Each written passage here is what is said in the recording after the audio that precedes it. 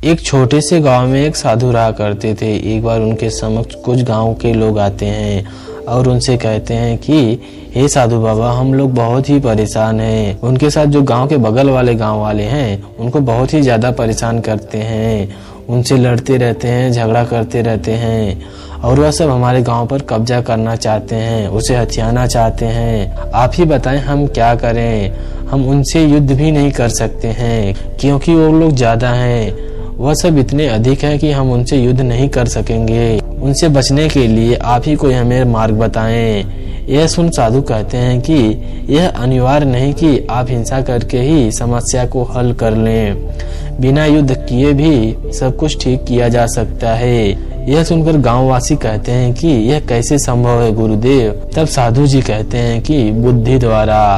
आप स्वयं की बुद्धि से, अपने दिमाग से उन्हें पराजय करके अपने गांव को बचा सकते हैं। साधु जी की ऐसी बातें सुनकर गांव के लोग कहते हैं कि आप क्या कहना चाहते हैं, हम कुछ भी समझ नहीं पा रहे हैं। तब साधु जी कहते हैं कि मैं तुम लोगों को एक छोटी सी कहानी सुनाऊंगा, जिसको सुनने के बाद तुम लोग ये समझ पाओगे कि कैसे हम गांव वालों से निपट पाएंगे और तुमको इस कहानी से एक अच्छी प्रेरणा भी मिलेगी और तुमको कुछ न कुछ जरूर सीखने को मिलेगा।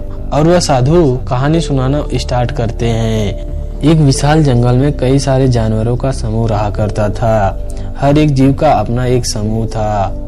उन समूह में बंदरों का झुंड भी था और दूसरा हाथी का था। बंदर एक सरोवर के पास रहा करते थे। वह बहुत ही सुंदर सरोवर था। उसमें एक से एक सुंदर कमल के फूल खिले हुए थे और उन बंदरों की जो टोलियां थी उस सरोवर के किनारे रहा करते थे और खेला करते थे। सरोवर के पास पेड़ों पर रहते थे और उसके फल भी खाया करते थे और उसी सरोवर का जल पीकर वह आराम से वहां पर रहा करते थे। ऐसे ही दिन गुजरता गया। एक दिन एक हाथियों का झुंड आता है और उन हाथियों के पैरों में कीचड़ लगे हुए होते हैं और वह हाथी आकर सबसे पहले उन सभी अच्छे खिले हुए फूलों को तहस नहस कर देते हैं और वह फिर पानी में घुसकर पानी को गंदा कर देते हैं। साथ ही उनके बल की वजह से सरोवर के सभी पुष्प टूट जाते हैं।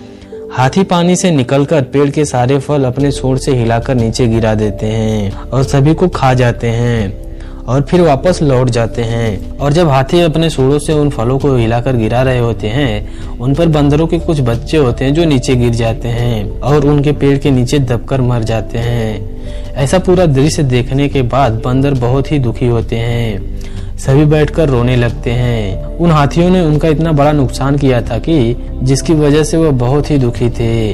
तभी एक बंदर उठकर कहता है उनमें से कि हमें उनको सबक सिखाना चाहिए। तभी अन्य बंदर कहते हैं कि वह हमसे बलशाली हैं, हम उनका कुछ भी नहीं बिगाड़ पाएंगे। दूसरा अन्य बंदर कहता है कि फिर क्या करें। तभी उन सभी बंदरों में से सबसे वृद्ध बंदर कहता है कि हम उन्हें अवश्य सबक सिखाएंगे, लेकिन अन्य तरीके से। फिर तभी सभी बंदर मिलकर एक योजना बनाते हैं। उसी शाम वह वृद्ध बंदर अपने कुछ साथियों के साथ हाथी के पास पहुंच जाता है और उनसे कहता है कि हम एक दूसरे के साथी हैं, मित्र हैं, एक ही जंगल में रहते हैं, हमको एक दूसरे के बारे में जरूर सोचना चाहिए। इसलिए मैं आज आप सभी को सतर्क करने आया हूँ। बंदर की ऐसी बातें सुनकर हाथी का सरदार पूछता है कि क्यों। तब वृद्ध बंदर कहता है कि आज आपके झुंड के कुछ हाथियों ने एक सरोवर को दूषित कर दिया है, जो कि बहुत ही सुंदर और स्वच्छ था, और उन्होंने साथ ही साथ आसपास बहुत ही गंदगी कर दी है। और अब समस्या यह है कि वह सरोवर चंद्रदेव का था, जो कि वहां प्रतिदिन आकर विश्राम करते थे, लेकिन आपके हाथियों द्वारा खराब करने की वजह से आज वह बहुत ही क्रोधित हैं, जिसका आपको बुरी तरह दंड मिलेगा। आपके साथ कुछ भी हो सकता है। यह सब सुनने के बाद हाथी बंदर की बातों में आ जाते हैं और घबरा जाते हैं। वह कहते हैं कि हे मित्र, अब तो इनसे भूल हो चुकी है, लेकिन इसका तो कोई उपाय होगा ताकि हम इस दंड से बच सकें। तभी वृद्ध बंदर कहता है, तुम्हें आज रात चंद्रदेव के आने से पहले उस सरोवर के पास जाकर उनसे माफी मांगनी होगी और उनसे कहना होगा कि ऐसी भूल आगे नहीं होगी हमसे और तुम कभी भी इस सरोवर के नजदीक नहीं आओगे।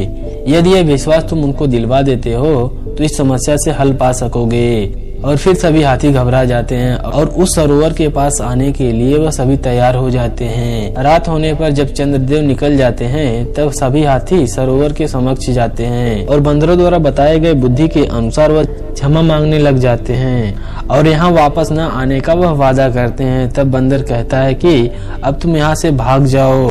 सभी हाथी जाने के बाद फिर वह वृद्ध बंदर कहता है कि देखा कितनी चतुराई से हमने उन्हें यहाँ से भगा दिया, अब वह यहाँ पर कभी भी नहीं आएंगे। और इसी तरीके से बंदरों को हाथियों से छुटकारा मिल गया। कहानी के अंत में साधु जी कहते हैं कि देखा, यदि हम शारीरिक बल की जगह बुद्धि का सही उपयोग करें तो बंदरों की भांति स्वयं को बचा सकते हैं। आपको भी यही करना होगा। सोचें और बुद्धि का उपयोग करें। बुद्धि हमेशा बल के ऊपर होती है, जिसके सहारे आप बड़ी से बड़ी सफलता पा सकते हैं। साधु की ऐसी बातें सुनकर गांव वालों को बहुत ही ज्यादा प्रेरणा मिलती है। वह समझ जाते हैं कि यदि वह एक सभी जुट होकर सही तरीके से योजना बनाकर बुद्धि का उपयोग करें तो वह निश्चित ही उन गांव वालों से छुटकारा पा जाएंगे। आप लोगों को हमारे द्वारा सुनाई गई कहानी कैसी लगी कमेंट सेक्शन में जरूर बताइए। ऐसी और वीडियो देखने के लिए हमारे चैनल को सब्सक्राइब कीजिए।